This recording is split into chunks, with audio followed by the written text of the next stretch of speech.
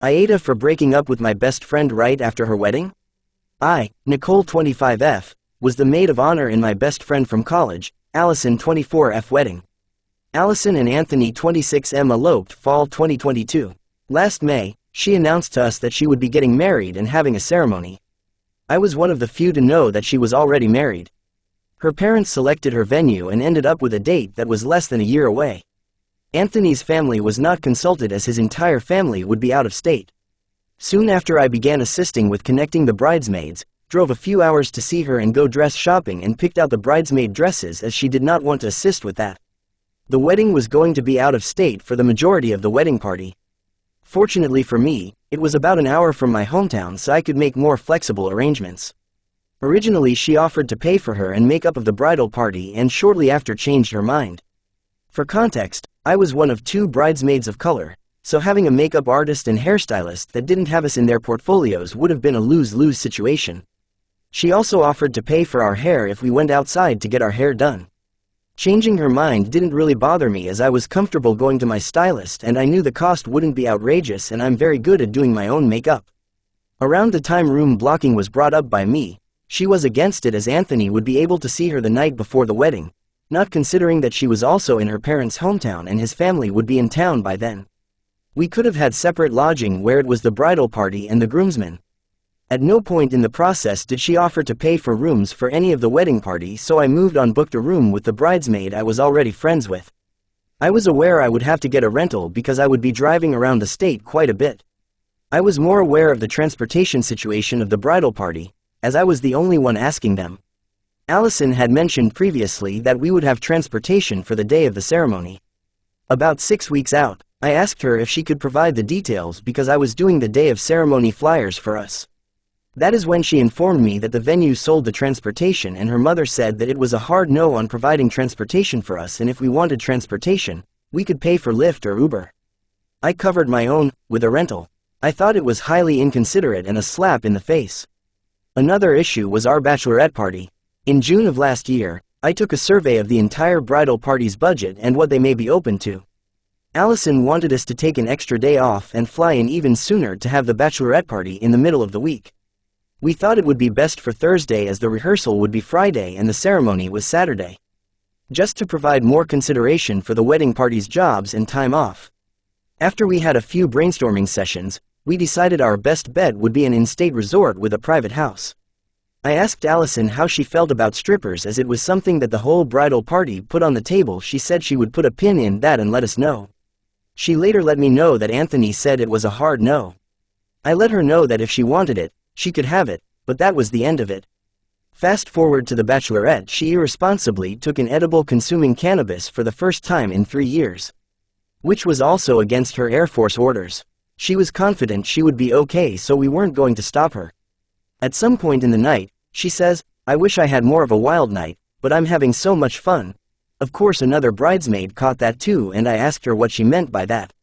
She was saying she wished she had more of a raunchy party, but because Anthony Y said no, she was okay with it. She also detailed how invasive private parties were to him, but I reiterated that had she said she wanted them we would have made sure things went smoothly. You never said that you wanted them.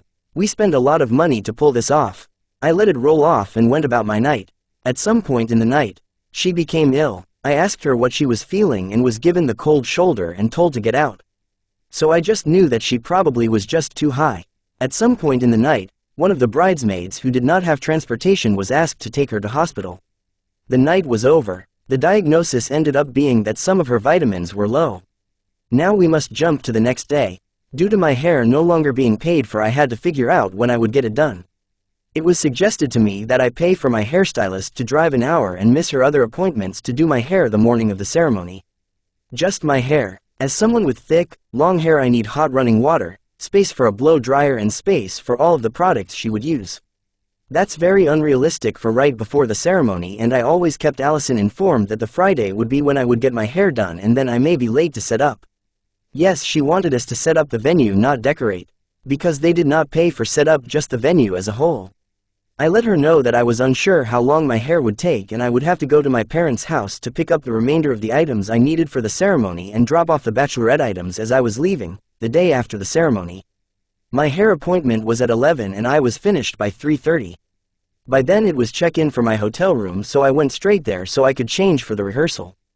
Brianna had a 2-hour drive as she also had to work that day, and we were sharing a room together, so we met up, checked in, and changed for the rehearsal. When we walked in, we were both met with a cold shoulder from Allison's family. To me it was clear she did not communicate our schedules to everyone.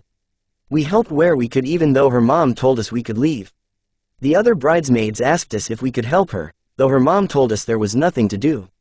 Prior to the morning of the ceremony, Brianna and I let Allison know that we were not at the bridal suite directly at 8:30 a.m. 1. Due to me making the schedule and knowing exactly what time the bridesmaids will start getting ready. 2. Being that we would be doing our own hair and makeup. We would be sitting for a while before it was time for us to start that.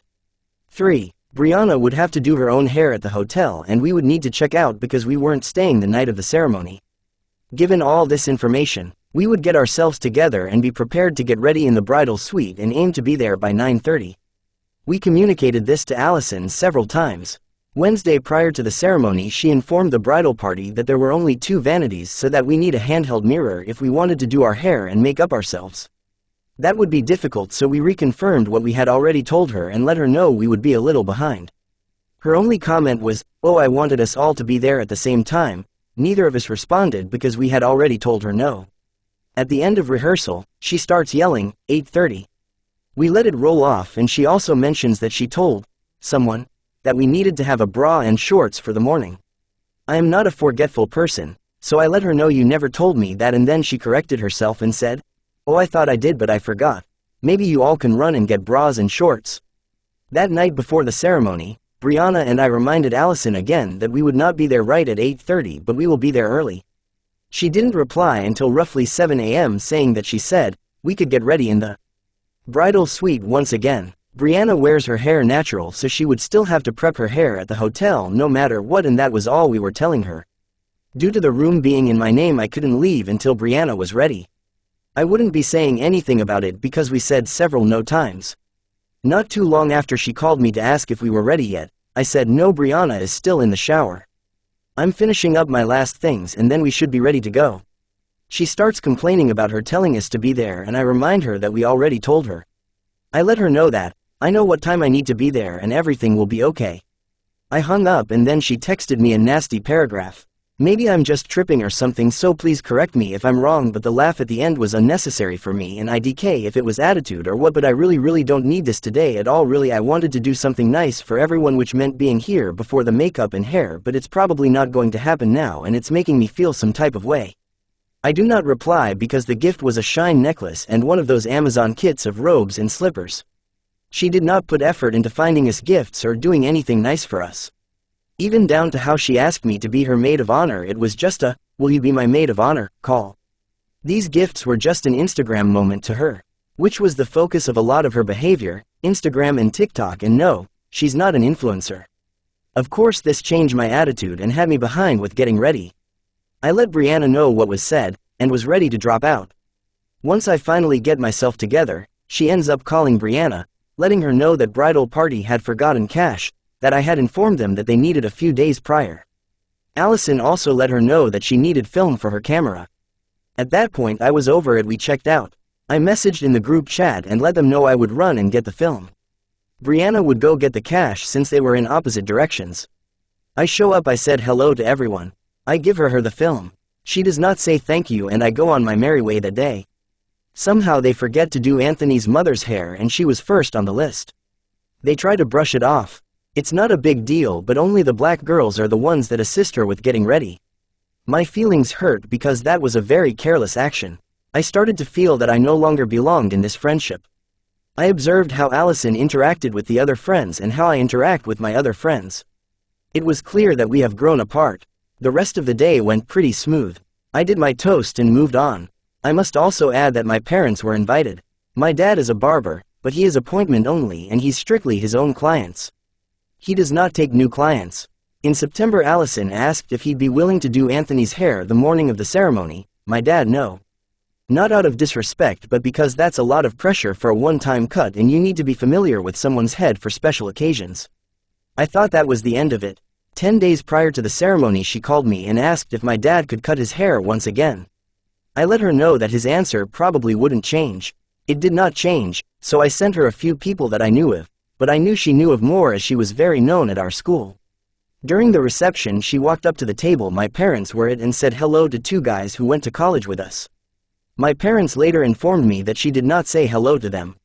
I know it's not always possible to talk to everyone, but I was disgusted at the fact that she did not pan out to see who else was at the table, whether it had been my parents or not.